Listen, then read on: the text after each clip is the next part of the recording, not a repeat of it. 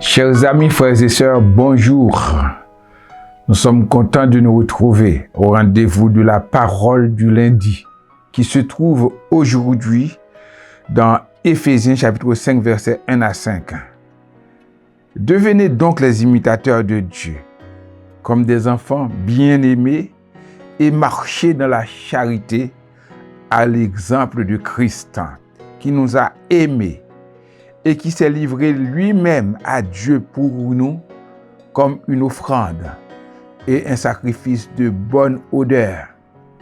Que l'impudicité, qu'aucune espèce d'impureté et que la cupidité ne soit pas même mentionnée parmi vous, ainsi qu'il convient à des saints, qu'on n'entende ni paroles déshonnêtes, ni propos insensés, ni plaisanteries, choses qui sont contraires à la bienséance, qu'on entende plutôt des actions de grâce.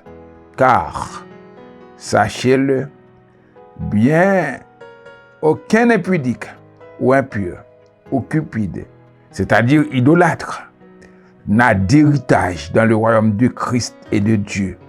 Que personne ne vous séduise par de vains discours, car c'est à cause de ces choses que la colère de Dieu vient sur les fils de la rébellion. Nous sommes arrivés jusqu'au verset 6, bien-aimés frères et sœurs. Dans ce passage, l'apôtre des gentils, Paul, invite les chrétiens, nous invite à suivre Christ, à marcher sur les traces de Christ, à marcher dans la charité, dans l'amour, comme Christ l'a fait. Lui, qui est l'amour personnifié, il s'est livré lui-même pour nous. Il s'est livré pour expier nos fautes, nos péchés. Comme il est dit, il est saint. Il est saint, notre Seigneur Jésus.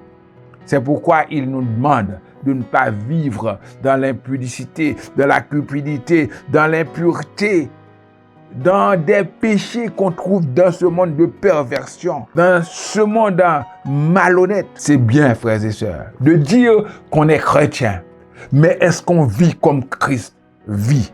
Est-ce qu'on marche comme il marche, comme il a marché? Si vous voulez être vraiment avec Christ au dernier jour, il faut abandonner ces choses, les choses impures, l'idolâtrie, la cupidité, etc.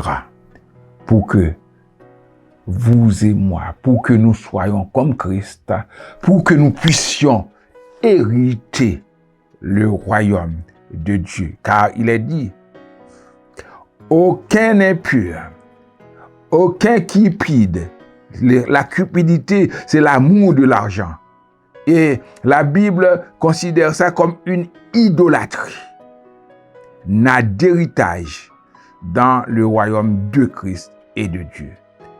Alors, soyons comme Christ, marchons dans l'amour et dans la sanctification pour que nous puissions être avec Christ dans son royaume éternel et de gloire. Que Dieu vous bénisse.